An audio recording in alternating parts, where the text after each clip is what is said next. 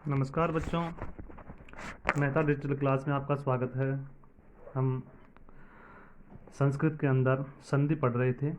संधि में हमने संधि की परिभाषा, उदाहरण, संधि के भेद, उनकी परिभाषा, उदाहरण पढ़ लिया था। उसके बाद में हमने स्वर संधि के भेद पढ़ा था। आज उसी क्रम में हम आगे पढ़ते हैं। तो आज हम पढ़ने वाले हैं अयादि संधि, अर्थात स्वर संधि का एक भेद है अयादि संधि। अब देखो अयादि संधि में क्या है, एक सूत्र है एचो अया याव है, एचो अय वा याव है, अर्थात एच, एच का मतलब क्या होता है ए ओ ऐ औ, ठीक है ना। एच का मतलब क्या हो गया ए ओ ऐ औ के स्थान पर, के स्थान पर क्रमशः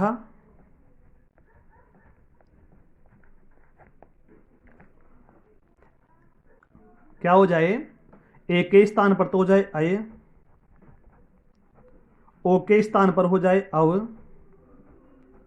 ऐ के स्थान पर हो जाए आय, ठीक है ना, और औ के स्थान पर हो जाए आव, ठीक है ना।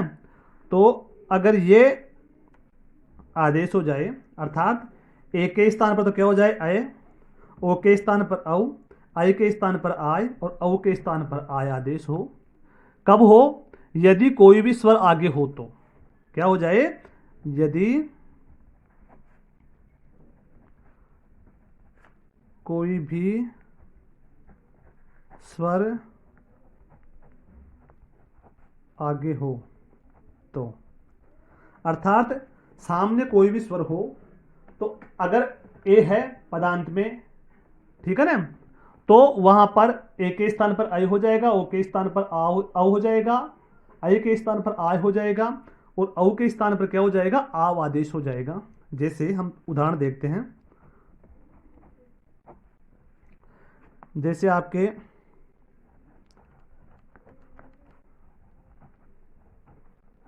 हरे धन अव या हरे धन ए कर लो आप, तो हरे धन ए क्या बन जाएगा,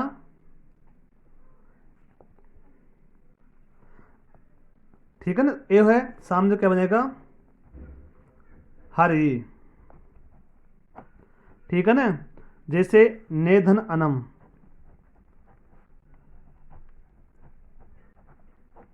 अब ए है तो क्या बन जाएगा अय हो जाएगा, क्या बन जाएगा नयनम।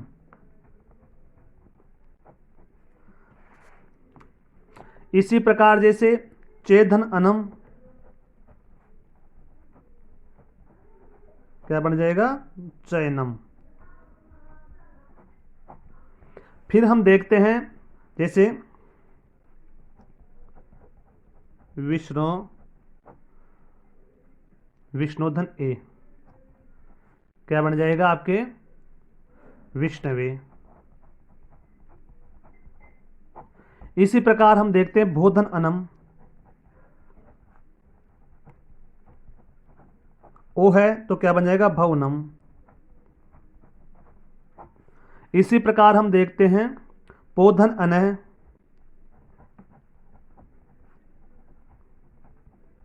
क्या बन जाएगा पवनह, ठीक है ना। इसी प्रकार हम आगे देखते हैं नई धन अकह क्या बन जाएगा नायक है। इसी प्रकार चैधन अकह चायक है, ठीक है ना, आय होना ना यहाँ पे। क्षयधन अकह क्षायक है। अब हम आगे देखते हैं इसी प्रकार पौधन अकह क्या बन जाएगा पावक है। इसी प्रकार आपके भौधन अकह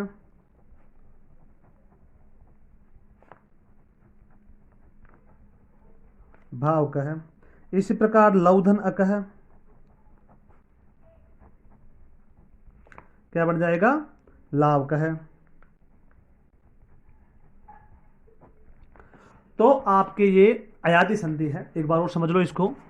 अयाति संधि में क्या होता है, एचो यवायावहिक सूत्र है, तो वो करता है एचाम स्थाने क्रम से आई औ आय आव आदेश होता है। एच क्या है, एच है आई औ, ए ओ आई औ, उनके स्थान पर, ए के स्थान पर आए, ओ के स्थान पर आओ, ए के स्थान पर आय और औ के स्थान पर आव आदेश हो जाता है। अगर आपके सामने कोई भी स्वर हो तो उदाहरण दे दीजिए, हय अय हरि, ने अनम नयनम, चे अनम चयनम, विष्णुवे विष्णवे, भो अन अनम भवनम, पौ अन पो अन पवन है, नय अक नायक है, पौ अक पावक है। ठीक है ना, इस प्रकार आपके उदाहरण दे रखा है, तो आपको इसे ध्यान में रखना है।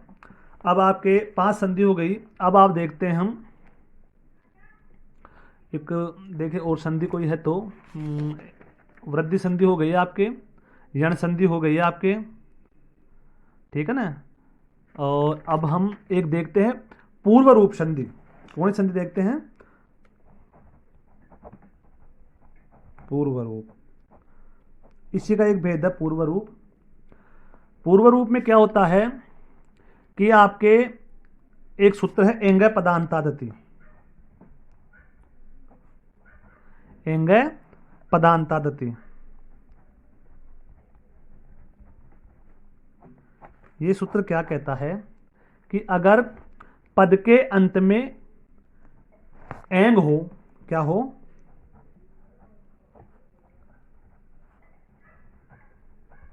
पद का अंत क्या मतलब, पदांत, पदांत में अगर एंग हो,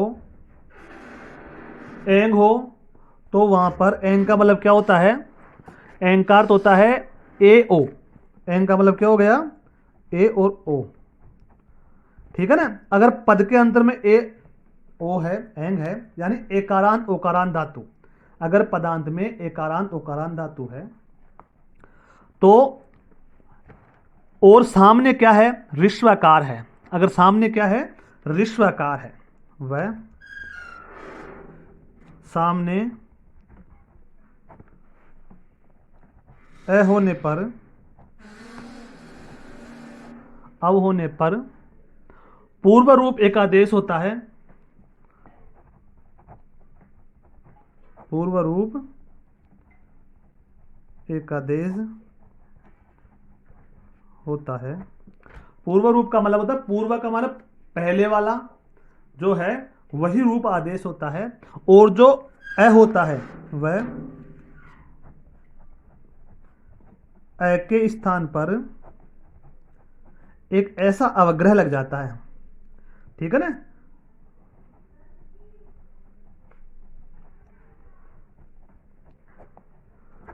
अ के स्थान पर क्या हो जाता है, अवग्रह बन जाता है। एक बार और समझ लो, एंग पदांत क्या कहता है कि पद के अंत में एंग, ठीक है ना, एंग का मतलब होता है एकारांत ओकारांत धातु, ठीक है, और सामने अ हो, सामने अ हो तो पूर्व रूप एकादेश होता है, और ए के स्थान पर क्या हो जाता है, एक ऐसा निशान अवग्रह बन जाता है। उदाहरण देखते हैं हम, जैसे हरे धन अव, हरे धन अव क्या बन जाएगा, हरे अव, ये संधि हो जाएगी। इसी प्रकार आपके रवे धन अव,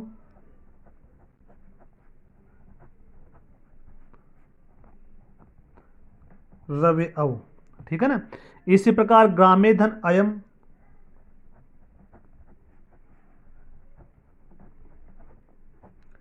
क्या बन जाएगा, ग्रामे अयम। और उदाहरण देख लेते हैं हम इसी प्रकार से, वने अटती,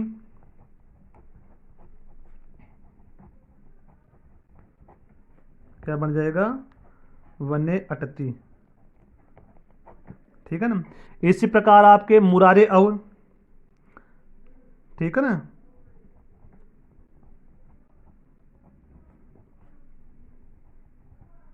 क्या बन जाएगा, मुरारे अव। इसी प्रकार एक है साधो अपेही,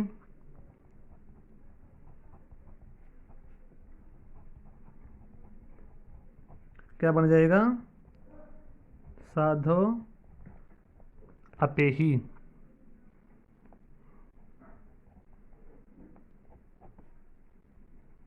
ठीक है ना। तो आपके ये उदाहरण हो जाएंगे, हरे अव, रवे अव, ग्रामे अयम, वने अटति, मुरारे अव, साधो अपेहि। ठीक है ना। तो ये आपके पूर्व रूप संधि के हो जाएंगे। अब एक संधि और है पररूप संधि, इसी में है पररूप। अब पररूप संधि क्या है? एंगी पररूपम, एक सूत्र है, एंगी पररूपम। अब ये सूत्र क्या कह रहा है आपके कि अवर्णांत अर्थात ए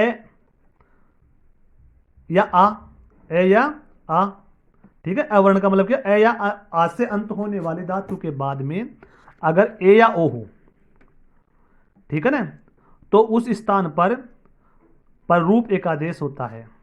ठीक है ना। पर का मतलब है बाद वाले रूप के अनुसार। तो हम समझ लेते हैं एक बार।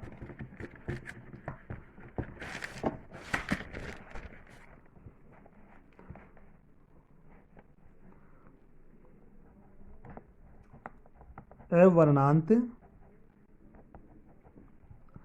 अवर्णांत उपसर्ग के बाद, अब अवर्णांत का मतलब क्या हो गया? ए व आ से अंत होने वाले, ए या आ से अंत होने वाले उपसर्ग के बाद में ए या ओ, ठीक है ना, ए या ओ हो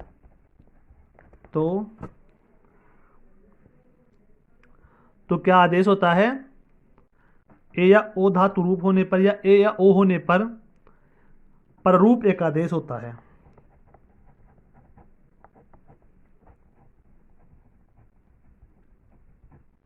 पररूप एक आदेश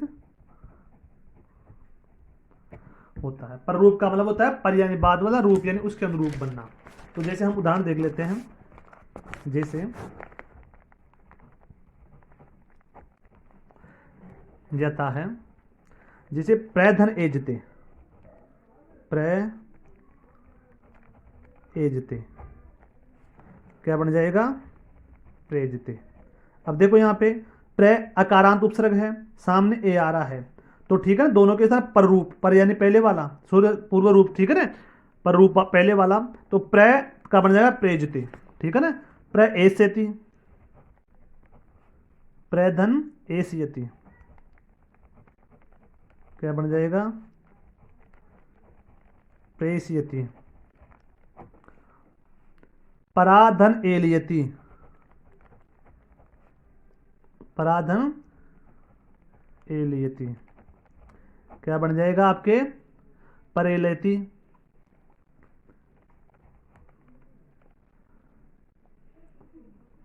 परा,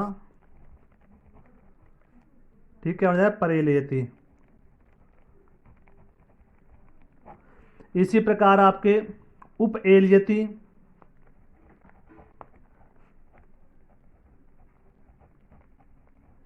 क्या बन जाएगा?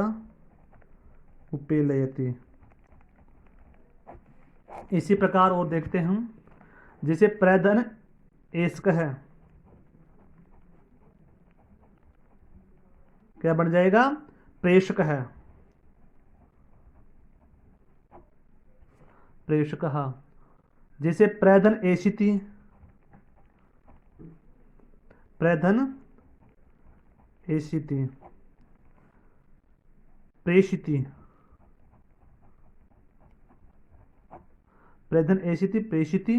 और एक और देख लो, प्रधन एषणम, प्रधन एषणम क्या बन जाएगा? प्रेषणम।